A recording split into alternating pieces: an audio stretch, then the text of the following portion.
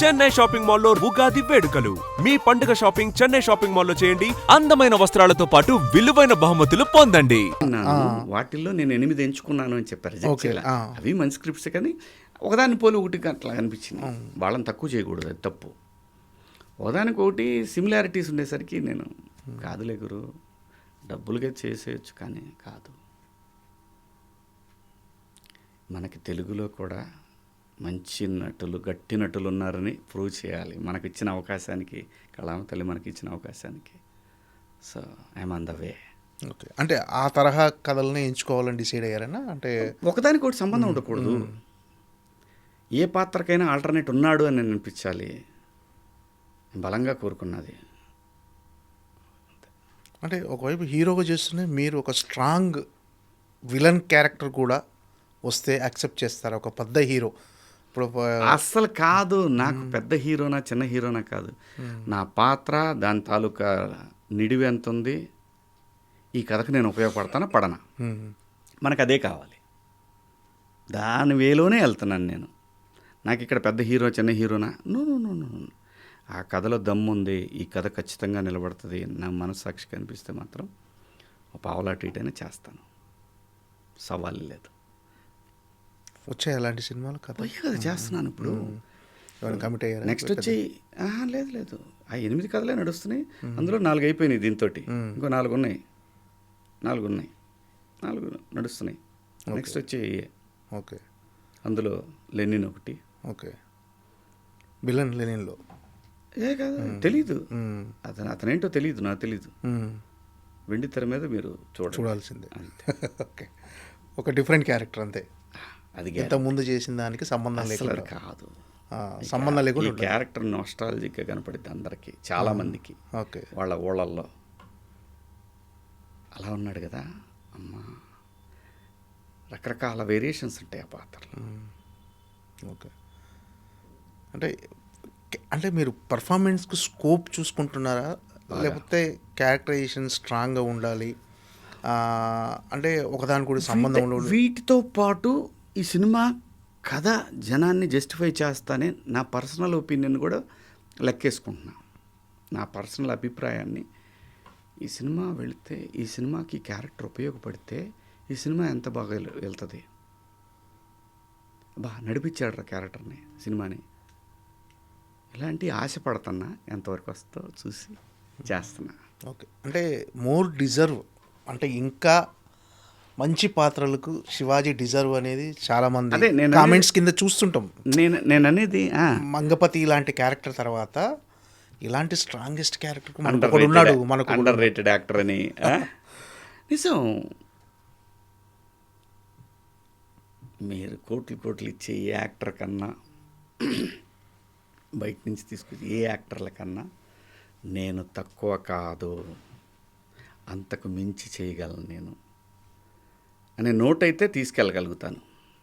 వెళ్ళింది ఆల్రెడీ అందరికి. అది ఇది నాకు ఇచ్చిన వరాన్ని చెప్తున్నానే తప్ప భగవంతుడు నా అహంకారాన్ని కాదు. అది నా అదృష్టం, నాకు అటువంటి స్కిల్ ఇచ్చాడు భగవంతుడు, అంతే.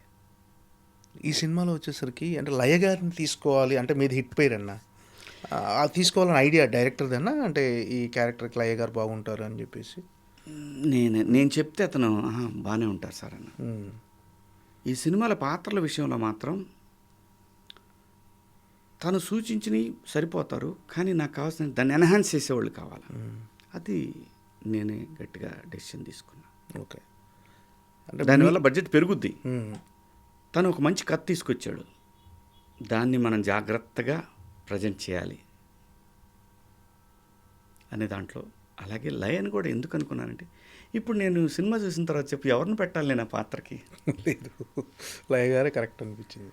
అది ఎందుకంటే మా ఇద్దరిది డెఫినెట్గా యూనిక్ పేరు. కొంతమంది ఆర్టిస్టులకి, హీరోలకి కొంతమంది యూనిక్గా ఉంటారు. సో అలాంటి పేరు ఇప్పుడు ఏ అమ్మాయిని పెట్టి నేను, ఆ అమ్మాయి నన్ను ఏయ్ అంటే అది జనము దాంట్లో ఇన్వాల్వ్ అవుతారా? ఇవన్నీ లెక్కలే కదా. అందుకని లయ కరెక్ట్, అని ఫిక్స్ అయ్యి చేసింది అంతే. ఎలా ఉంటుందంటే ఆ క్యారెక్టరైజేషన్ లయ గారిది కూడా స్ట్రాంగ్ ఇంతకుముందు మీరు క్యారెక్టర్ ఎప్పుడు చూడని లయ. అదే నిన్న సూర్యకాంతం అన్నా కదా. ఎప్పుడు అందరు నన్ను ఏడిపిస్తుంటారు, ఈ సినిమాలో నేను ఏడిపిస్తాను అందరిని. ఇది అంటే ఏంటన్నా ఎలా అంటే మిమ్మల్ని ఏడిపిస్తుంటుందా సినిమాలో? అలా ఏం నేను చెప్పలేను మధు, నీకు నువ్వు చూసి ఎంజాయ్ చేయి అంతే. ఓకే. రేపు 5వ తారీఖు నాడు ప్రీమియర్ వేస్తారు కదా మీకు షో, ఓకే. అవి చూసి నువ్వు ఎంజాయ్ చేయి, ఓకే. చేసి నాకు కాల్ చేయి. ఓకే. ఎందుకు పెట్టాననేది నువ్వే చెప్పు నాకు. ఓకే. యాజ్ ఎ ప్రొడ్యూసర్గా చాలా గ్యాప్ తర్వాత చేశారు. ఏంటన్నా ఎలా ఉంది ఎక్స్పీరియన్స్? టఫ్గా అనిపించింది అంటే చాలా మారిపోయాయి, చాలా సినిమాలు ఏమీ మారలేదు అంటే మధు. ఎక్స్పెన్సివ్ అంటే బడ్జెట్ కానీ అంటే కాలానికి తగ్గట్టు పెరిగిందే తప్ప టెక్నికల్గా మనం బాగా స్పెండ్ చేయాలనుకుంటే తప్ప పెద్దగా మార్పు ఏం కనపడలేదు మధు నాకు. ఎలాగైతే ఆర్టిస్టుల రేట్లు పెరిగినాయో, అలాగైతే మిగతా టెక్నీషియన్ రేట్లు పెరిగినాయో, మార్కెట్లో రేట్లు కూడా మనకి డైలీ లైవ్లీహుడ్కి ఎలాగైతే మార్పులు వచ్చినాయో అలాగే వచ్చింది అంతే. పెద్ద మార్పు ఏం కనపడలా నాకు. ఒకటి మధు, అప్పుడైనా ఇప్పుడైనా ఎప్పుడైనా మనం దగ్గరుండి చూసుకుంటే మన బిడ్డ ఎలా ఉంటుందో, మనం దూరంగా ఉన్నప్పుడు ఎలా ఉంటుందో, ఆ రెండింటికి డిఫరెన్స్ మనకు ఎలా తెలుస్తుందో సినిమా కూడా అంతే మధు. ఓకే.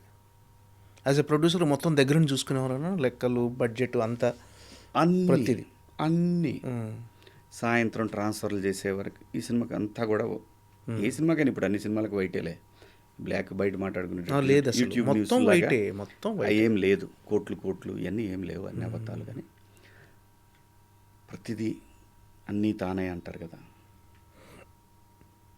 లెక్కలు అకౌంట్స్ ఏముంది మాతో, ఒక ఫోన్లో అన్నీ ఉన్నాయి. అవును, నువ్వు స్పెండ్ చేయాల్సిన టైం మాత్రం అంతే. ఏ రోజుతో ఆ రోజే. నాకు డబ్బులు నాకు షెడ్యూల్ వారీగా నాకు ఇచ్చేవాళ్ళు ఉన్నారు రెడీగా, వచ్చి టంగన పడతాయి బ్యాంకులో అకౌంట్. నేను ఎందుకు ఆలోచించాలి, నాకు ఆ ప్రెషర్ లేదు. సో కాబట్టి నాకు ఇష్టమైంది మనం ఎంత పెయిన్ నేను చేస్తాం కదా నాకు ఇష్టం. ఇప్పుడు కొంతమంది కొండలు, పెద్ద పెద్ద కొండలు ఎక్కడం ఇష్టం. ఒరే ఎందుకు రా, వాడెవడో మొన్న ఎక్కాడు, ఏమీ లేకుండా టపా ఎక్కెళ్ళి పైకి, ఒరే నీకేం మాయరావురా, అంత ఎందుకు ఎక్కావురా, చచ్చిపోతావురా అని అనుకున్నా నేను.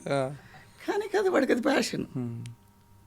అలాగే మనకి పెయిన్ ఉన్న సినిమా అంటే ప్యాషన్, ప్లెజర్. అంటే వర్కింగ్ డేస్ పెరగటం, బడ్జెట్ పెరగటం, చిన్న చిన్నవి ఉంటాయి కదా, సహజంగా ఉంటాయి, అదేం పెద్ద మ్యాటర్ కాదు. అదే నేను అనేది, అదే జాగ్రత్త, ఎలా తగ్గించాలి, ఏం చేసుకోవాలి, ప్రతిదీ. అబ్బాయి ఒకే పేమెంట్ ఇస్తాను, ఎంతకు చేస్తాను, ఇదిగో ఇంతవరకు ఇవ్వగలను నేను, ప్లీజ్. ఇలా చేసుకుంటే ఎప్పుడు ఉంది ఇది సినిమా ఇండస్ట్రీ. నేను వచ్చిన 30 సంవత్సరాల క్రితం ఎలా ఉందో ఇప్పుడు కూడా, ఇదిగో అంత కాదు, ఇదిగో ఇంత, ఓకే ఇదిగో తీసుకెళ్ళి ఇప్పుడే. సో ఆ డిఫరెన్స్ చాలా కనపడుద్ది మాతో, ఓకే మనకు తెలియకుండా చాలా కనపడుద్ది.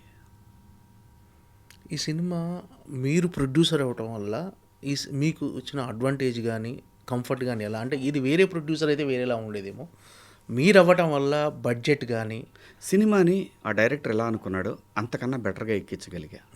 ఇంకో ప్రొడ్యూసర్ అయితే అంత నేను ఫోర్స్ చేయగలిగేవాడిని కాదేమో,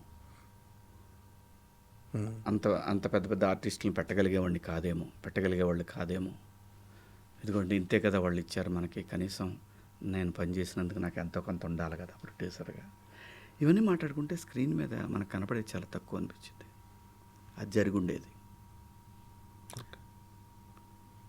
ఇంతకుముందు మీరు షూటింగ్ చేసేటప్పుడు ఇప్పుడు రీసెంట్ కాకుండా ఇంతకుముందు మీరు చేసినప్పుడు ఈ గ్యాప్ మధ్యలో, అప్పుడు మీ కెరీర్ తొలినాళ్ళలో రిలేషన్స్ బాగుండే, అంటే క్యారవాన్లు ఉండేవి కావు, అందరూ కూర్చొని చెట్ల కింద మంచిగా కబుర్లు చెప్పుకుంటూ తినేవాళ్ళు.